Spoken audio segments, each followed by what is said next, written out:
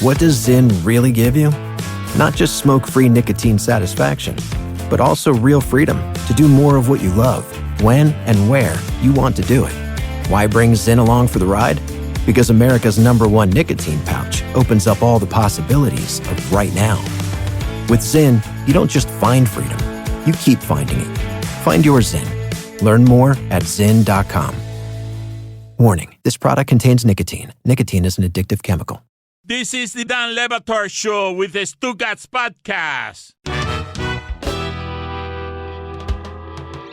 This face makes me happy seeing it. He's coming to Dania, Gary Owen. He's got a new comedy special, Gary Owen No S. It's available now exclusively on Mint Comedy, and it's 5 shows.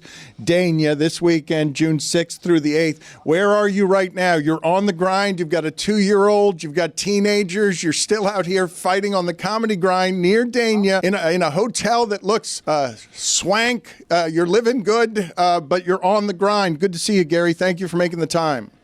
Thanks for having me. I'm in Seattle right now. You're in Seattle? Yeah, I'm in Seattle, and I'm in Tuscaloosa tomorrow, and then I'm in Dania this weekend. That's not a great direct flight situation. Seattle to Tuscaloosa. What's a direct flight situation looking like? What is happening there? This seems inefficient. The tour goes through Chicago, Kansas City, Charlotte, Atlanta, Washington, D.C., but Seattle, Tuscaloosa, Dania seems like bad. That seems no good. It's a lot. I ain't gonna lie. It's a lot. I do a podcast with another comedian called Nate Jack. His name's Nate Jackson, and I come out here once a month, and I come out here for 3 days, and we record for the whole month. So that's what I'm doing in Seattle right now. How do you feel when you do Meet the Blacks or Ride Along or Think Like a Man? When you're doing the movies, does it give you the same kind of fulfillment that the tour does? Nah, stand-ups, it's so immediate. Whereas when you're doing the movies, you're not getting the reaction until 9 months later when it comes out.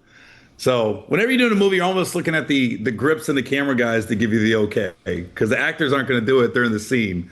So you're looking for the guy holding the boom mic to give you a little chuckle sometimes. Okay, so you're saying there's not the reward is the laughter. Yeah, for sure. Sure. And so acting is just something to do on the side that does what for you? Build your stand-up fan base. Okay, so it's all okay. So that's what it is. Okay, it's a means to an end. Then it's work that allows the comedy to live, because making a life at this on laughter is pretty hard, no matter what your age is. I don't think people understand what a grind it is. I always tell people the hardest part about my job is the travel.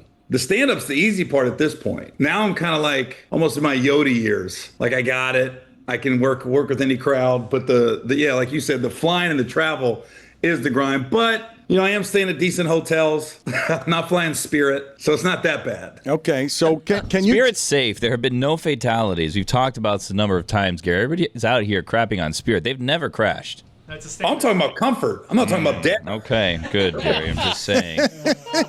Some Spirit deniers out here. Yeah. There's no first class in Spirit.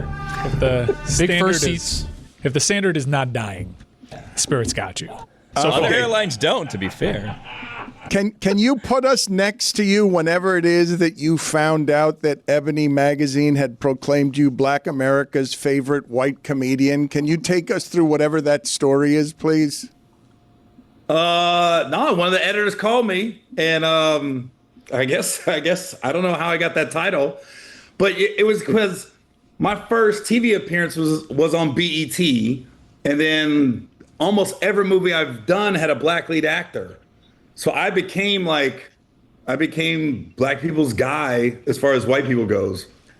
Okay, but I don't know what these quote marks are doing, and it doesn't sound like you've given this a lot of thought, because it was at the BET docuseries. I mean, you had a reality show, right? We pitched it to all the networks. BET bought it. We went to everybody. But BET bought the show. So I'm like, yeah, I would have went on Telemundo if I spoke Spanish. But where does that show rank in terms of giving you? I mean, it's such an unusual thing you have. All comedians are looking for a lane. Where do I find my constituency? Where are my customers that are going to be with me for decades? Because whatever, they ride with me over 25 years of comedy. It's a happy accident that you ended up being popular to Black America? Well, I was in the Navy and I was in San Diego and I was listening to the radio station called Z90. It was a hip hop station. And they said, we're looking for the funniest black comedian in San Diego. So I entered and I won it. And so once I won it, that got me auditioned for Comic View. And then that got me on BET. So when you're early in your career, you're just trying to get on TV and you don't choose your audience, they choose you. So I just my first couple breaks was on Black Entertainment Television. So I just kind of ran with it. I'm sorry, did I misunderstand you? Did you win a funniest black comedians contest? Oh yeah, but it was San Diego. It's not like it was Brooklyn. But wait a minute. But wait a minute. Wait a minute. It's an important distinction he made. Okay, but what was the competition? It wasn't too stiff. San Diego, not New York. But, what do you got, Tony Gwynn? But were you the only white guy? We got Tony Gwynn and Natron Means. Careful, Dan's going to ask you for more. No, I am going to ask him for more. You know me so well. What are the after effects of the docuseries, The Gary Owen Show? Like when you look back on that as a piece of work in your life and what it is you were trying to achieve with it, how close did it come to being what you imagined? I guess I didn't put too much thought into it. It was cool. We didn't break the curse. Everybody, when we got the show, we said, don't do reality TV. Everybody gets divorced. Yeah, we didn't break that curse because we got divorced a couple years later. That's universal. That advice everyone gives you on the front end. That's what everybody says if you go to social media. They're like, yo, if you do reality TV, everybody ends up broken up or divorced eventually. And yeah, we kept that streak going. Well, but it seems invasive. It seems like there's no way to not have a private life if you've always got cameras around. It seems impossible for a relationship that's navigating that kind of fame and attention to not break, or be threatened because just people are around all the time. Well, let me tell you something. Those producers are good. They're like, because my ex-wife, she was like, oh, they're not coming in our bedroom. They're not recording in our bedroom. Day one, they was like, we got to be in the bedroom. And they were in the bedroom. I was like, how'd this happen?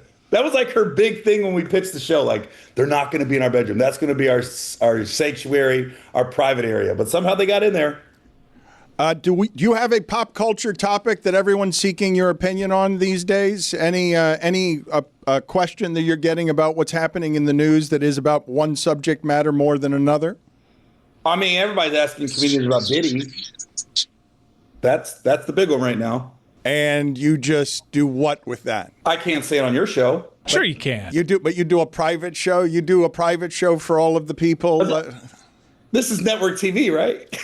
I mean, no, not network. Network is DraftKings network, subject to FCC fines. We're totally good. We let it run. Billy was calling me a star earlier. Yeah. Oh, my bad. Yeah, my biggest thing is like it's nice to know that his penis is like a Tootsie Roll, because so far black guys have all had just huge dicks. So it's nice to know we're on the other side of it a little bit.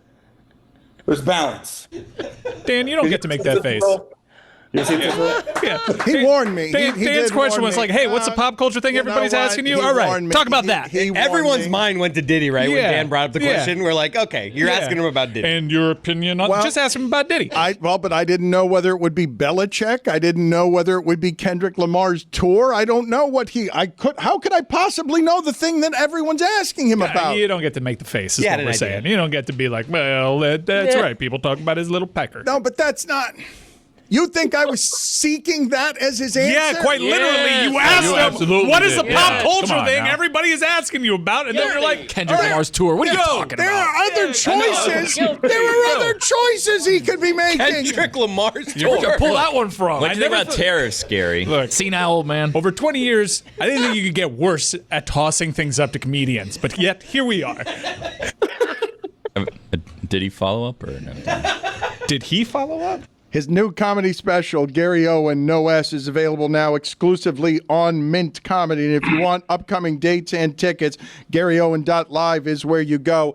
After 30 years or 25 years, I don't actually know what the number is. Why is this comedy special to you? It's crazy how this comedy special came about, because I was recording my last one, Broken Family. And, when you do comedy shows, you'll do a couple episodes and edit them together. And we record that Friday. And I said, are we good? Did we get that in the can? They go, yeah. I go, I think I got another hour. So then we recorded this one on Saturday. So this one was more like just spur of the moment, kind of winging it a little bit. So it came out kind of dope. I was actually kind of excited because comedians, when you get a special, you work so hard for that hour. This one just came about. So... so it didn't take like a year of work and crafting. You were able to release something into the wild without having to suffer it the way you normally might? Like it was easier? Yeah. It was easier? Yeah, it was kind of dope. It's almost like a freestyle rap a little bit. Oh, that must have felt good to not have it be a tortured exercise where you get tired of your own act on the way to making it. Yeah, right? I would think so. But to have it meet your standard is the tough thing, right? Like to be unforgiving enough in what it is that you're making to not have to obsessively crush it with however it is you sculpt these things. Well, you do your hour and you're cutting and pasting the whole time for the year getting ready. But this one was like all the stuff we were cutting. I go, some of that stuff's still funny. So this is like, we still got so much left over. Let's piece it together. Not just has to make sense because you got callbacks and things like that. So it was kind of just recording it. It felt like, oh man, this is coming together nicely without any pre-production or planning. Roy, can you play for us, please, the late Bob Saget telling us his saddest stand-up story, and we will ask Gary Owen to recall a time that he had to perform in a sad venue. But let's hear from the late Bob Saget first. We were 3 comedians doing this gig, the strip club. And and Kevin Nealon and I went to go look at Mount McKinley, like 2 guys would do, like 2 bros. And the other guy, the other comic, was just in the trailer with the strippers all weekend. So, I'm on. They're going to introduce me, and there's a stripper on stage, and she had pie pans over her chest, 2 pie pans, and then another one lower in her lower region, with matches, literally just matches, paper matches, Scotch tape to the pie pans, and then she lights them, not even sparklers, just matches. Lights them. She lights the top pie pans and she lights the bottom pie pan, and then she blows herself out, and then literally blows herself out and goes, "Ladies and gentlemen, Bob Saget." Surely you don't have a story quite that good. Can't top it. I can't top that. It's another bad setup for a comedian. Totally unfair by me. What's the saddest place you perform, though? You got to have something. That's better. I think in the beginning, there used to have a Funny Bone in Evansville, Indiana, and like nobody laughed the whole weekend. They didn't laugh at the host. The whole weekend. That's not great for a comedian. No, it was awful. It was like they didn't boo, and they just sat there. Just indifferent. And that was worse. I'd rather get booed. Like it was 4 shows of just guys in John Deere hats with their arms on their belly. This must have been a rough week for Evansville. I don't know. No, let me tell you something. The only reaction I got all weekend was by Saturday, the late show, I just went, "Hey guys, this is all we got. We haven't got a laugh all weekend. Later, the cable guy's not walking through those doors." And this dude stood up. He's like, whoa. Those are big shoes to fill, buddy. Like, you guys are alive. You are alive. New comedy special, Gary Owen, No S, available exclusively on Mint Comedy. Go to GaryOwen.live for upcoming dates and tickets. As I mentioned, he's got Chicago, Kansas City, Charlotte, Atlanta, Washington, and June 6th through the 8th, 5 shows. Dania, from Seattle to Dania, the way that all the comics do it. Thank you, Gary. Appreciate you guys. Folks, listen up. It's an interesting time for business. Tariff, trade policies, changing by the hour, supply chains, squeezed tighter than Stugotz in a pair of skinny jeans, and cash flow, forget about it. Tighter than a Batard show segment. If your business can't adapt in real time, you're in a world of hurt. Enter NetSuite by Oracle, your AI-powered business management suite. It's trusted by over 41,000 businesses. NetSuite gives you total visibility from global shipments and tariff impacts to real-time cash flow. It's the #1 cloud ERP for a reason. It pulls accounting, inventory, HR, and financials into one single suite. One source of truth, one dashboard. Real-time forecasting so you can see what's ahead. With AI baked in, you can automate the busy work and let your people focus on strategy. You'll know what's stuck, what it's costing you, and how to pivot fast. One system, full control, tame the chaos with NetSuite. If your revenues are at least in 7 figures, download the free ebook, Navigating Global Trade, 3 Insights for Leaders at netsuite.com/DLB. That's netsuite.com/DLB. What does Zyn really give you? Not just smoke-free nicotine satisfaction, but also real freedom to do more of what you love, when and where you want to do it. Why bring Zyn along for the ride? Because America's #1 nicotine pouch opens up all the possibilities of right now. With Zyn, you don't just find freedom, you keep finding it. Find your Zyn. Learn more at Zyn.com. Warning, this product contains nicotine. Nicotine is an addictive chemical. We all think we know where our money's going until you actually look for it. And it happened to me between food delivery, teething rings for the baby, random Amazon orders. Life and things add up fast. That's where Monarch Money comes in. It's like having my own personal CEO, but one that doesn't judge me for ordering sushi 4 nights in a row. Listen, my wife really likes spicy tuna right now. What do you want me to tell you? Monarch brings all your accounts, credit cards, and investments together so you finally get the full picture. We started using it to track our spending and set goals that feel real. And you can see everything clearly, what we're spending, what you're saving, and what you should be doing. And it's not about restricting you, it's about helping you build the life you want. Whether you're juggling money solo or trying to get on the same page with someone else, Monarch makes it simple. It's why over 1 million households are using it and why the Wall Street Journal named it the best budgeting app of 2025. Get control of your overall finances with Monarch Money. Use code Dan at monarchmoney.com in your browser for half off your first year. That's 50% off your first year at monarchmoney.com with code Dan. Dan Le Batard. I'm not going to apologize. I wouldn't expect you to apologize. Good. Then you're a giant infant. Okay. You have no control over your emotions. You have no control over your emotions. When you're calling someone you know an idiot, I don't deserve it. Okay. I don't deserve it. All right. And you're a fool for saying it. Okay. Stugotz. You're a fool. I was kind of following you. Calling somebody else you're an locking idiot. in right now? You're locking in on us? Yeah, All right. Let's drop the gloves, pal. Let's drop. You should be thanking me. For what? Every day. For what? For what I've done around this character. And the second shit gets real for you, you want to come at me and call me a fool? Huh? Yeah, no. Seriously. Jeremy pal. just whispered, I've added "Can I 10 years leave?" to your career. This is the Dan Le Batard Show with the Stugotz.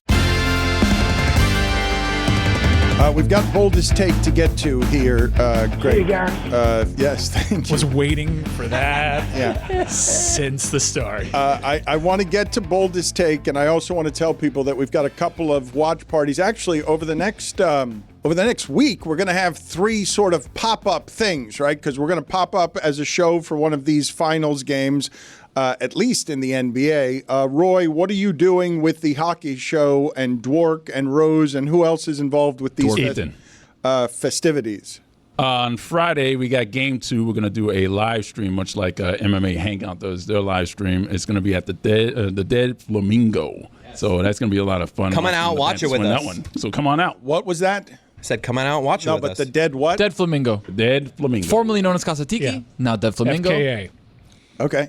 And Tony, what are you doing this Saturday weekend? night, Dano, UFC 316, the rematch versus Merab Dvalishvili and Sean O'Malley. And we're going to have Kayla Harrison versus Juliana Pena for the Bantamweight Women's Championship. A very exciting night of fights. Greg Cody, you will be there?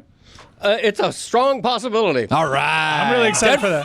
Dead Flamingo, Saturday night, possibly a Mike Ryan appearance. We don't know. Yeah, Sean O'Malley. That's a rematch, right? Isn't it? Rematch. So I'm excited about this one. Great card. We'll be there 10 o'clock start for your time.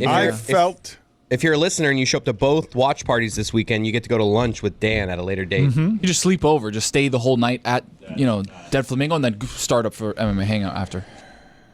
Some subject to change. It's usually Billy that does this on That's your Wednesdays. EP, Dan. I was joking. You're not going to lunch with Dan. But at least you didn't interrupt me in order to do it. Good joke, though. Yeah, great joke. Except that the last time you guys promised that, I ended up watching the March Madness. Well, we didn't promise. That was a sales thing. Okay, well, all of you are in cahoots. You agreed to that. To be fair, that was Billy's idea. Dan approved that idea. Yeah, and it was but- supposed to be a bigger idea. Well, and then don't we push couldn't back sell on the it. fact that you conceptualize. You conceptualize. He agreed.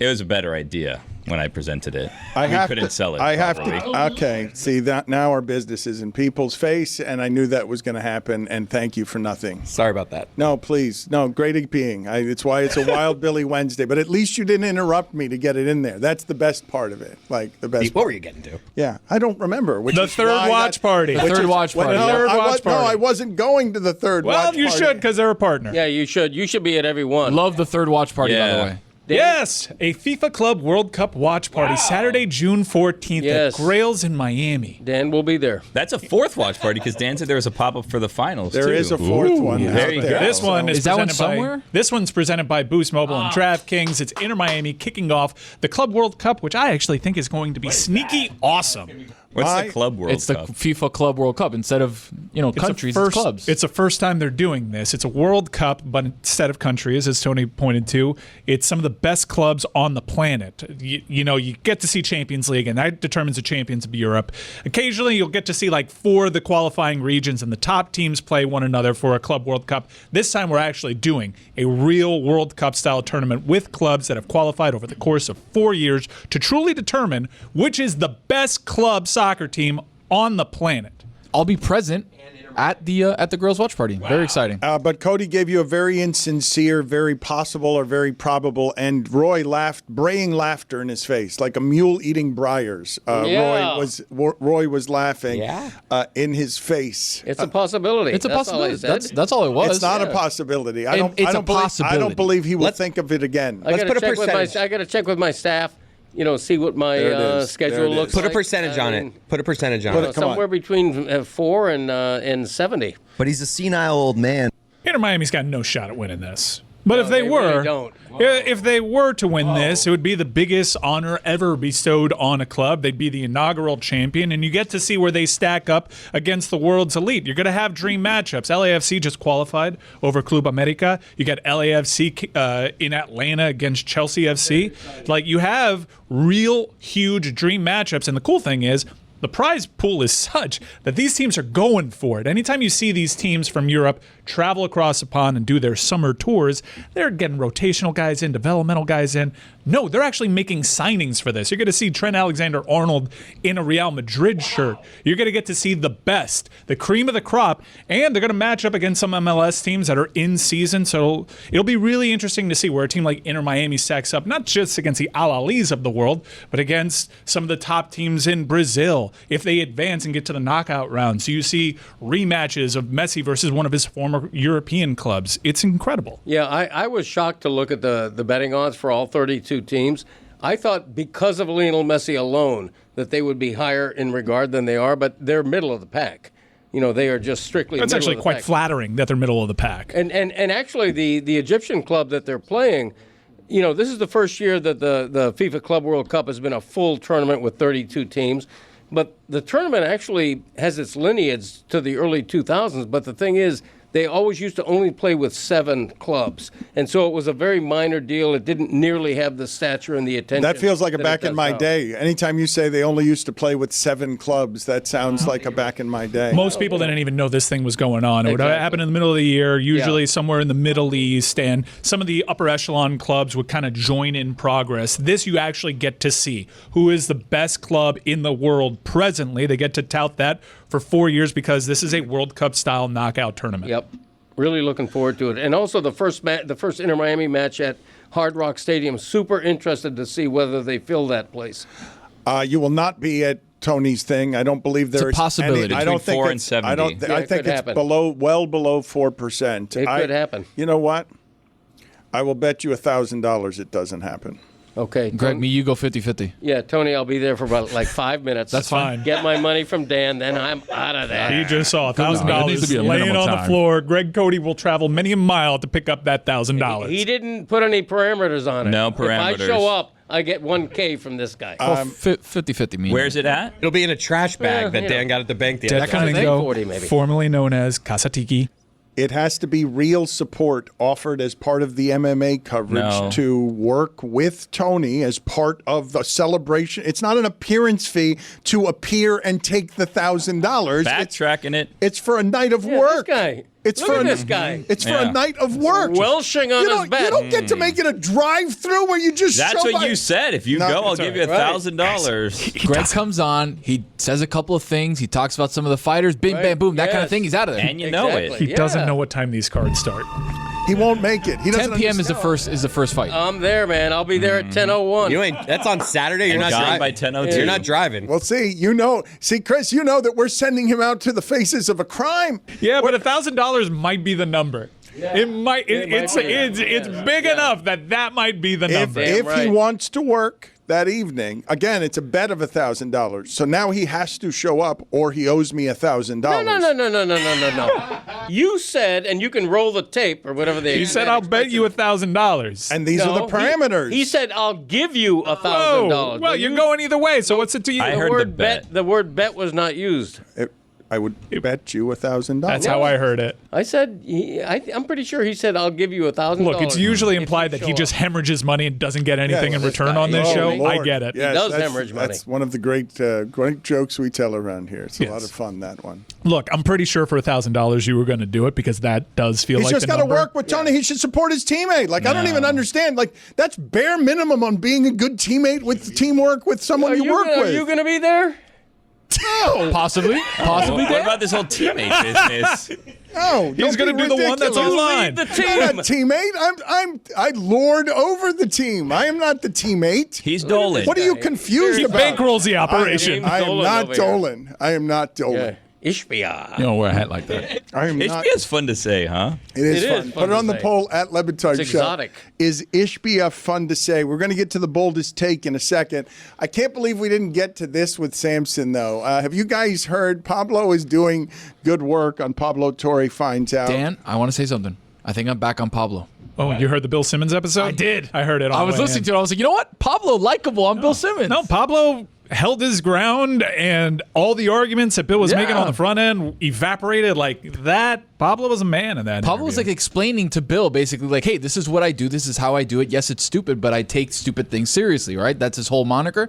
Well, he was very likable in a way that sometimes he's not on this show. But I don't know if that's because of Bill or because of you, Dan. I don't know. We will find out. Everyone here is both a little more likable and a little less likable because of their proximity to me. That's why I go to the bank and cash my cash in garbage bags. That's how the whole thing works.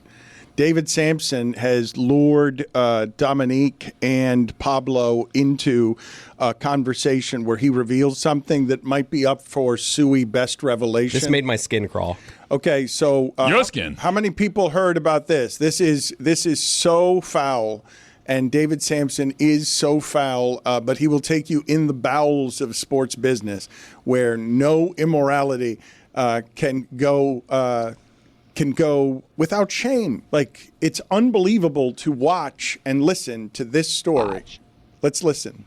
I don't love the fact that I went into an all-black church trying to get votes for the stadium, and I stood up there and I said, "Can I get an amen?" I don't love that I did that, but I did. I didn't know that you did that. Oh, I gave a whole sermon. I gave a sermon to a major black church in Miami because I needed their support for public money for the ballpark. How did you dress? How I dressed is I went to visit a black tailor, and I had a suit made for me by Andre Dawson's tailor. So I looked like Andre Dawson, and it was awesome. And we had a plan of all the different people we had to get votes from. So we went to the Cubans, we went to the non-Cuban Hispanics. Guayabera? 100%. I had to go get one personally made, a Guayabera. So I had to wear that to the Cubans. Say that one more time. I think it's Guayabera. I don't really know how to say it. You guys are funny, Yes. but I did give the sermon, and I felt like I had the room enough. What does a sermon It was mean about to you? all the things that this 65-inch white Jewish guy could do for them. It was going great, and I had eyes with my It Cuban was going consigliere. great. It was. So They were giving you amens. I did that? No, I just had the view that I had their attention. I had the view that they were looking at me as though I was one of them. And so I built up to this crescendo, and I look over at the bishop. Then I look out at the audience. I look back at the Cuban consigliere, and I look at the crowd. I say, "Can I get an amen?" And then I walked out. And it was awesome. Oh, God. No, I didn't like that. I didn't like how he said Guayabera. That's what I'm referring That was the part. Everything else seemed fine. Guayabera. So I want to do something with this because I'm telling you, we have a total new ad campaign around here. If we started to sell with David Samson, gringo trying to poorly be Hispanic guy, I sell you Guayaberas instead of Guayaberas instead of tetas. Can you get the sound of him trying? We've got to do a Spanish off with David Samson because I want you guys to absorb how hard it would be to offend black people the way that he just did and have them be the second most aggrieved group in everything that was just said because of how he pronounced Guayabera. Well, thankfully, we had the most popular black comic in San Diego. Yeah. Guayabera is absolutely a great ad campaign. David Samson will do things on behalf of business that are, A Guayabera. I mean, Guayabera's like your dad's friend. Yes. Guayabera, you're like, oh, I know that guy. That's Guy. I know him. Guayabera. I feel like that's also how he would say the name of the dictator before Castro. A Guayabera. Like, I don't think he knows the difference between those things. A Guayabera. Find the tetas. Tetas?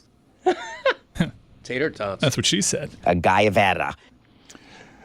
We'll get to the boldest take in a second. I thought we were all in agreement that James Dolan is a known buffoon. Am I saying anything that is not?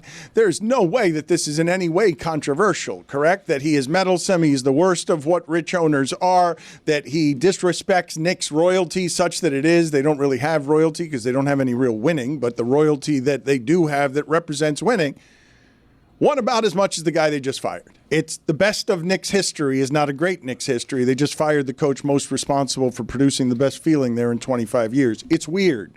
Whatever your standards are on what coaching and leadership are supposed to be, I can say that everyone can get tired of a voice after 5 years, and I can also say you're not going to do a whole lot better than Thibs. He's pretty good. Like, whatever it is that you're getting might be different, might be a different ingredient, might be part of changed architecture, but he's among the best. We all know this to be so.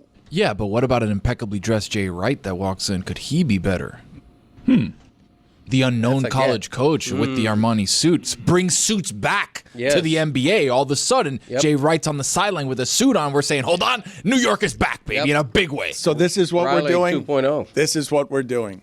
This is how we're going to Could be the savior, Dan. All right, but this is how we're going to coach. We're going to take leadership. We are all in agreement. The analysis of the Knicks autopsy is the team exceeded every expectation over the last 2 years to make New York hope for the first time in 25 years that they would be good enough to beat the Celtics, built to beat the Celtics, did beat the Celtics, hadn't accounted for the Pacers. Changing times, changing architecture, the whole thing can fall apart on you fast. Dallas is in the playoffs. No, they're not. Kevin Durant and Phoenix are right there. No, they're not. Boston's right there. 3-4 years. No, they're not. 7 champions in 7 years. Now, who's got to be better than OKC? How do I build it better than OKC? Tibbs, you're fired. How do I build it better than OKC? How do we get past OKC? Tibbs, you're fired. And it's like, okay. But if that's what the standard is, it's not going to be because Jay Wright comes through the door. It's going to be Jay Wright comes through the door and we're trading Karl Anthony Towns or we're doing something because this group of players, this amount of money, 93% tied up in 6 players, means you can get some bench, but not much.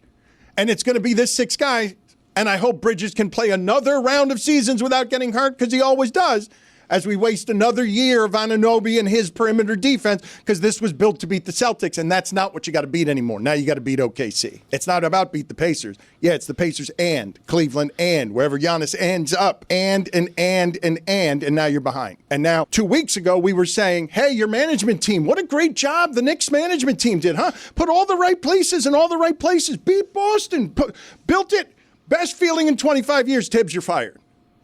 It's asinine. We can agree on that, right?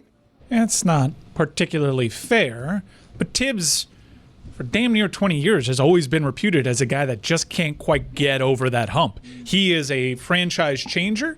He is kind of a fixer, but he's a guy that just won't get you over there, kind of the way that Larry Brown was viewed for a very long time until he changed that narrative. Kind of the way that Rick Carlisle was viewed for a very long time until he changed that narrative. It's a bummer that in New York, after giving them something that they've been yearning for decades, that's not viewed as enough. He's not given the opportunity to change the narrative the way that the other two coaches were. Can I just talk to you guys about this part of it, though? When we do the analysis and I say to you, Karl Anthony Towns bad at defense, is it because he's bad at defense, or is it because he doesn't care and there's something physically about him that either is a deficiency at defense, can't block shots, cement-footed, not good at defense, or doesn't care enough to give you defense? When you say change the narrative on can't get you the next step, if I sit here and tell you that Tibbs was the one coaching OKC, would you say that he's the coach who can't make it the next step? Like, because I believe we can all agree he maxed out whatever this was. Whatever you had on next steps, these are the furthest steps the Knicks have taken. And so whatever you thought this was going to be that's better than this, 2 games from the finals, to me, there's not a coach who's like, and I can do this and I can do that, and I'll be 6 games better because you know it, because there's another coach who does know how to take next steps. I'd say, as it regards Larry Brown, he could have always done it. And then he had the team that actually did it. Took that team from Carlisle, though. Yeah. So it's like it's the moving lever of this guy's good enough until he's not good enough until he is. And this is a narrative that we've seen in other sports. Tony Dungy just couldn't get over the hump. Now he could in Indianapolis, but they needed Gruden to get them over there. In soccer, there is bountiful examples of managers that aren't viewed as guys that can win, and then the replacement just strolls on in and changes fortunes.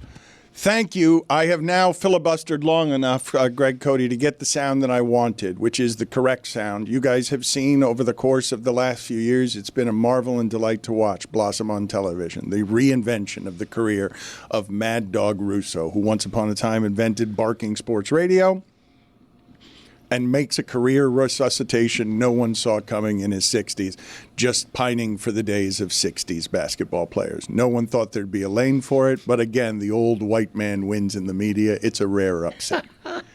So Mad Dog is back, and of course, everybody would want to know, Mad Dog remains, this is what a titan of a career, remains an important New York voice. People want to know what he thinks about things happening in Knicks management. And so when Mad Dog goes crazy on satellite radio, and one of the most amazing careers anyone has had, people want to hearken back to the time of Dolph Shays and whatever it is that Mad Dog wants to talk about from the 60s. Let's see what name pops up here from the 60s or 70s. Anybody who knows anything about basketball knows that Indiana had better players and more of them than the Knicks did. Or if God didn't let the ball bounce in with Halliburton's 3 or 2 at the end of game 1, the Knicks would have won that series. This has got nothing to do with, you think Rose wanted to fire Tom Thibodeau after he got to a conference final? But Rose doesn't have any power there. Dolan does. He sits on the baseline with the dopey hat on, thinking that he knows something about, but he wouldn't even know who George Mikan is. He knows nothing. He's there because his old man was a brilliant businessman, and he took over. That's what this is all about. Oh, my God. It's the guy that ran Marv Albert out of the building. What a joke. Have Dolan sit there and get peppered with questions by legitimate media people, not guys who work, and I'm not saying they're not legitimate, but they're in a difficult situation, not the guys who work for MSG. Let them have a press conference for, I don't care if it takes 6 hours, and everybody has a chance to go and ask him a why, because this is not fair. Who gave his life and blood to the franchise and took him to the conference final. I've been there since 2000. My God almighty. And you get him out because you lost a rugged 6-game series to Indiana? Oh, come on, please. What a disgrace. That is quality Mad Dog. Talk about fastball. He has George Mikan. He doesn't know who George Mikan even is. Well, I heard Roy get complicated there where he's like, yeah, but Marv had that biting thing. Yeah, and we all just sort of wandered away uncomfortably from the name Marv Albert. Yes! If we were to call my father now, we should call my father and just get his thoughts on Marv Albert. It'd be... we can just go... do a private thing out there, maybe. Yeah. Let's do the Boost Mobile hotline. The Boost Mobile Boldest Take is presented by Boost Mobile, the newest 5G network in the country. You can call at 305-486-GOTZ. That's GOTS. 305-486-4689. My name is Lou Sellers from Greenfield, Wisconsin. My boldest take is Def Leppard is the Nickelback of the 80s. This is Chris on a mobile from California. I think every NBA and WNBA coach should have to run a wind sprint if they lose the coach's challenge. Thanks. I'll hang up and listen. George Kittle looks like he wears shoes with holes cut out for each individual toe. Hey, it's Paul from Georgia. I got Mrs. Clump from the Nutty Professor. Ooh, it's my little Hercules. Hercules, Hercules. Hey, it's Cincinnati Lou. If you yell mashed potatoes at a golf event, you should be immediately ejected. He's getting jumped upon and dumped upon because that's Reaper France. His man is open, now he's floating, cause you know that's Reaper France. Is that Kendrick Perkins waiting? Yeah, he's waiting to dunk on Reaper France. Rafe LaFrance played several places, started out at Kansas, ended up with the Blazers. He was just okay, but they let everyone in, so Hall of Famer one day. Oh, he blocked shots back in people's faces, and he knocked down threes on a regular basis when Rafe LaFrance played in all those places. This is Evan from Broward. My boldest take, Mother Teresa, the most famous mother. I can't name another famous mother. Rack 'em. Mary? Folks, listen up. It's an interesting time for business. Tariff, trade policies, changing by the hour, supply chains, squeezed tighter than Stugotz in a pair of skinny jeans, and cash flow, forget about it. Tighter than a Batard show segment. If your business can't adapt in real time, you're in a world of hurt. Enter NetSuite by Oracle, your AI-powered business management suite. It's trusted by over 41,000 businesses. NetSuite gives you total visibility from global shipments and tariff impacts to real-time cash flow. It's the #1 cloud ERP for a reason. It pulls accounting, inventory, HR, and financials into one single suite. One source of truth, one dashboard. Real-time forecasting so you can see what's ahead. With AI baked in, you can automate the busy work and let your people focus on strategy. You'll know what's stuck, what it's costing you, and how to pivot fast. One system, full control, tame the chaos with NetSuite. If your revenues are at least in 7 figures, download the free ebook, Navigating Global Trade, 3 Insights for Leaders at netsuite.com/DLB. That's netsuite.com/DLB. All right, y'all. The Super Bowl is in the rearview mirror. The draft has come and gone. So now what? Now it's time to get the crew together. You keep the fandom energy going. It doesn't stop when the Super Bowl's gone. We gather. Exactly. And look, just because the pads are off doesn't mean game day stops. Around here, we do game days, even in the off season. And what better way to do that than with a cold drink and your people around? You've heard it all season long. Football is not a solo thing. This is not a me thing. This is not an I thing. This is a we thing. There is no I in fandom, baby. So grab your crew, grab some Smirnoff, and get into that off-season groove. Summer workouts, training camp rumors, fantasy football prep. It's all coming, folks. And listen, if you're going to sip something while plotting your team's comeback, Smirnoff's got you. It's the perfect vodka for crafting cocktails that are easy and tasty for anyone 21 and up. Smirnoff isn't just a vodka. It's the #1 vodka in the world and the official partner of the NFL. Grab a bottle of Smirnoff at your local retailer and head to Smirnoff.com to find recipes of delicious cocktails perfect for game day. Please drink responsibly. Smirnoff, #21 vodka, distilled from grain, 40% alcohol by volume. The Smirnoff Company, New York, New York. Please do not share with anyone under legal drinking age.